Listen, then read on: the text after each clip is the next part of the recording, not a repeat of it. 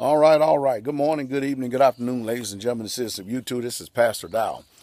As I'm out here early this morning, speaking with Brother Steve and Sister Wenda, and also out just taking a morning walk, thinking here for a moment before we get ready for the meeting this evening. I'm thinking about morals and values, and what our problem is in this country, morally and ethnically, which I believe that we have some very, very serious problems in this country. And let me explain. We have morals and we have value systems. Everybody does. Now, there's an eco-moral and value system, which the world tries to make sure that everybody conforms to. Our world, our system of government, they have a way that they believe that people should function and operate in this world, and they try to define morality.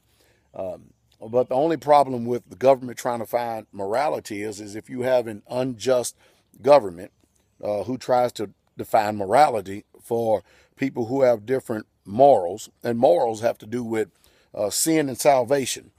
And there are a lot of people who are convicted that certain things are sin, and some of these sins will keep you from obtaining salvation.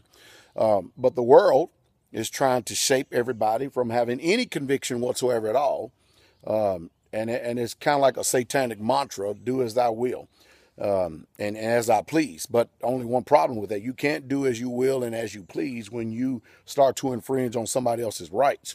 And that's what we have going on today. And so we have many different systems that implore and indulge many different vices in order to force other people to comply with their own particular individual moral and value system. And let me explain for a second. Okay. Which way do I go here for a second? Okay. Let me give you an example. You may be someone in the faith of Abraham, Isaac, and Jacob. Okay. And you may,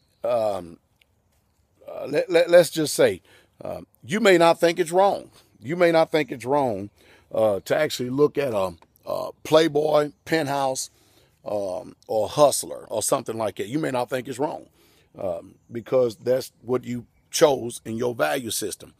But then you'll turn around and gorge yourself at the dinner table like a pig, or vice versa. You may think that it's wrong to look at a Playboy or Penthouse or a Hustler or something like that. And then you'll turn around and go gorge yourself like a pig at a dinner table, committing gluttony. Now, what you've done is you define truth on your own terms. You have your own moral system that you have created, and you are trying to determine what sin is and what sin isn't. And the only problem that we're having in this world, and it's a big problem, is that everybody is trying to force everyone else to comply with their particular moral and their value system. A value system is something, it's a system of rewards. It's a system of self-indulgence, awards, or things that, if you're ethnically sound, that you may go out and you work really, really hard for. And it's your value system that is going to determine your status or your state in life. But when we have people today trying to force comply other people into their particular world, and that's the problem that we're having today in this world, in this society. It's not that people, now I can't even go that route. I'm trying to make this as simple as possible, but let me put it like this. People have a book of law that they're operating by themselves while they're hiding under or behind that they fear God, or they have some type of fear of some form of religion, higher power, whatever you want to call it. But the truth is, people will remove you from their lives if you do not line up to their own book of the law, what they personally believe.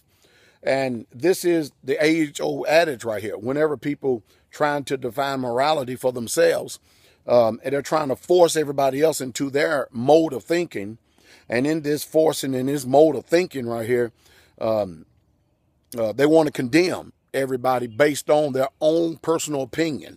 Now, if you are religious and you're fearful of a religious system and you have no knowledge biblically what's actually taking place, then a lot of times you're at the beck and call of these people who try to rule and dominate over you. But I'm the type of pastor that I give people free will and free choice. I say, now, this is the Bible. This is what it says. You have the opportunity to go back and do your own due diligence, to research it, to see if what I am teaching and preaching to you is so. And you come to your own conclusion. It makes no difference to me if you choose to listen or not. But you can choose that. Now, as for me and my house, we've already made a decision that the Bible is right and somebody's wrong. And so if we're going to have fellowship, we're going to go after that Bible. Now, the problem is that when you have these other people who have not been in this as long as I have, or as long as some of the elders, they are 1-2-year-old babes, and then they actually try to act like that they're scholars, and they want to actually come and try to tell us what the Bible is saying and expect us to comply to their own particular, listen to this, moral system that they've adopted for themselves. And we're not playing that game because we've been doing this entirely too long, and there's entirely too many people that trust in our lifestyle, which can easily be backed up. I'm an open book. I'm easily to be read of all men. You can see clearly what I believe by what I do. You can see that I practice what I preach. And in that, you can pick and choose whether you want to actually take heed to what I'm saying. And maybe you want to adopt some of these principles for yourself. Who knows? I don't know. But it's up to you. But that's what we're having today. And anytime you have people who are religious by nature, and they can't force someone into their own particular moral, what they have defined to be moral or morality or morally right and wrong, they will ultimately slander you, defame you, be a busybody, and tale-bearing and backbiting. They will do anything they can to enlist somebody else over to their cause. But then again, I say the hallmark test is look at their fruit.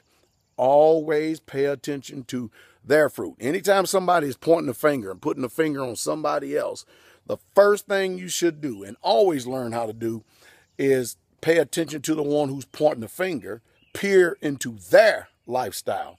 Then you'll be able to make a rational and sound decision to see who's the thief, who's the liar, the cheat, the murderer, and the devil. But I think I've said enough here this morning to help people start thinking. Anyway, we got a lot going on here today up here in Canada. I hope you all are doing well, every one of you, and I hope I've said something to encourage your heart and your mind here today.